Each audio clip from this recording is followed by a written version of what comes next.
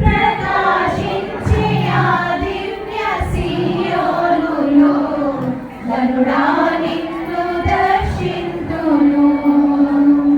కలలోనైనా అనుకోలేదు నాకింత భాగ్యము కలదని. కలలోనైనా అనుకోలేదు నాకింత భాగ్యము కలదని. ఆరాధన ఆరాధన ఆరాధన నీకే ఆరాధన.